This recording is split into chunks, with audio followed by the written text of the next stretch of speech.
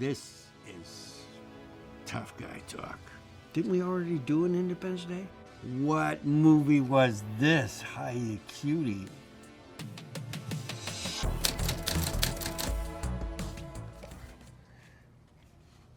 Let's nuke the bastards. It's not Spaceballs, but it's Independence Day. Let's nuke the bastards. I was worried that I wasn't presidential material, because when they said, we want you to be the president, I thought, is this a comedy? But then I realized, I said, you know, the thing about president is you don't have to walk around announcing to people you're the president, but if any conversation is going on in the room, they should triangulate to me. So, you know, it was like a fundamental thing that I just felt like if they recognize that, I could be the president. All right. Oh, hiya, cutie. Is it really? Yeah. Hiya, cutie. What movie was this? Hiya, cutie. Was this League of Their Own? Oh my gosh. Wow.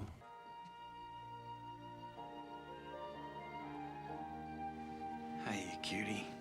I don't remember saying it, but it seemed like something I would have said. It's 40s and coming home from the war. Gina Davis there. Big kiss.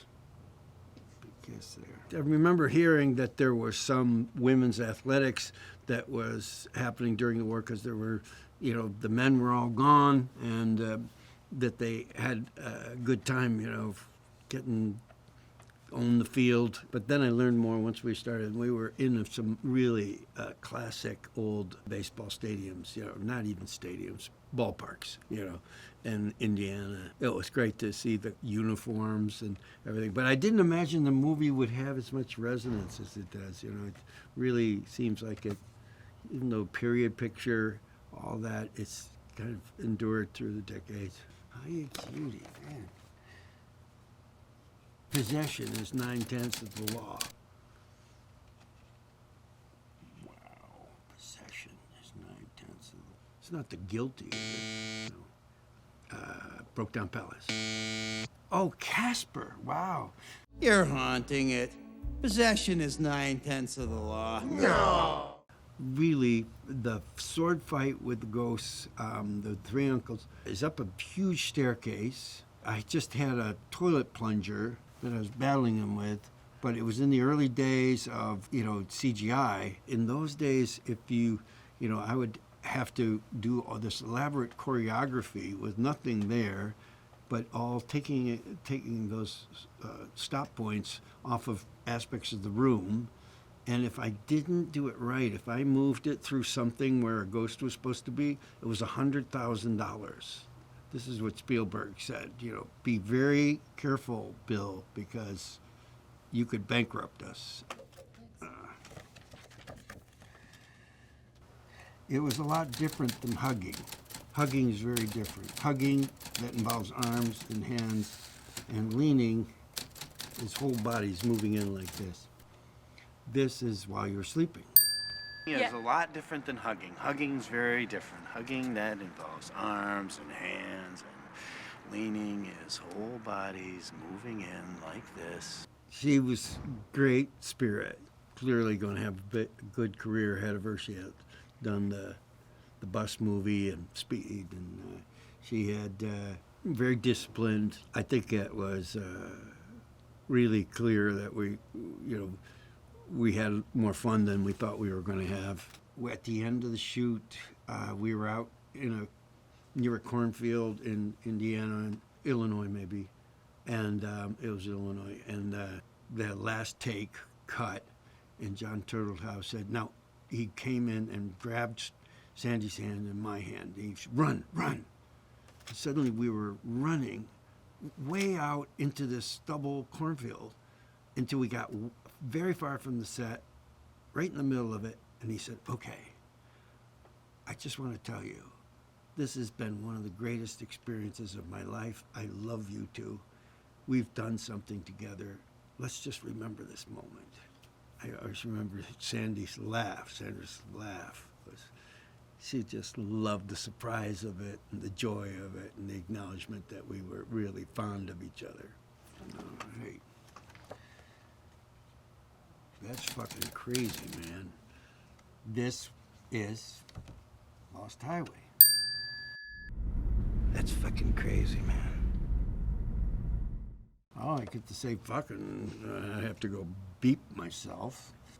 I think it's also very David, David Lynch. That's crazy, man. But it was to Robert, he was this strange being, entity with a white face, big ears, and smile. And he says, I'm in your home right now. And I said, no, I don't think you are. And he said, yeah, call me. Then I call, and who's on the other line? He's on the other line. That's fucking crazy, man. Yeah. You had a nice funeral, in case you were wondering. You had a nice funeral, in case you were wondering. God, I want to see this movie, but I'm not remembering it. It's a good line. Yeah, you had a nice funeral. I'm drawing a blank. Oh, man. That's right. Still a good line. You had a nice funeral, in case you were wondering. We had a pretty good relationship with Antoine Fuqua, the director, who I have great admiration for. I just think he's the storytelling and action scenes and everything. I can see why Denzel liked doing movies with him. I had a good thing. And we had a scene that Denzel didn't like. He had a big, long bunch of, like a monologue. And I'm basically there listening, But he was just, not feeling like it. Then Antoine Fuqua said, we're going to keep the camera rolling now. We're going to call cut. And Bill, and this is privately, he said, this time, when you get done with that dialogue, then just start asking Denzel questions. Just keep asking him.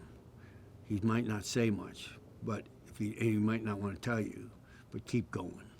And all of a sudden we had covered the whole ground that was in a monologue, and he made it just almost instantly into a scene with Denzel being able to not say things and realizing that's a better scene than him saying everything. If there's no body, there's no crime. A lot of these lines could have been from TV Center, but this is not. Is it? There's no body, there's no crime. Could this be a father who's desperate to protect his son? It could be Murdaugh Murders. If there's no body, there's no crime.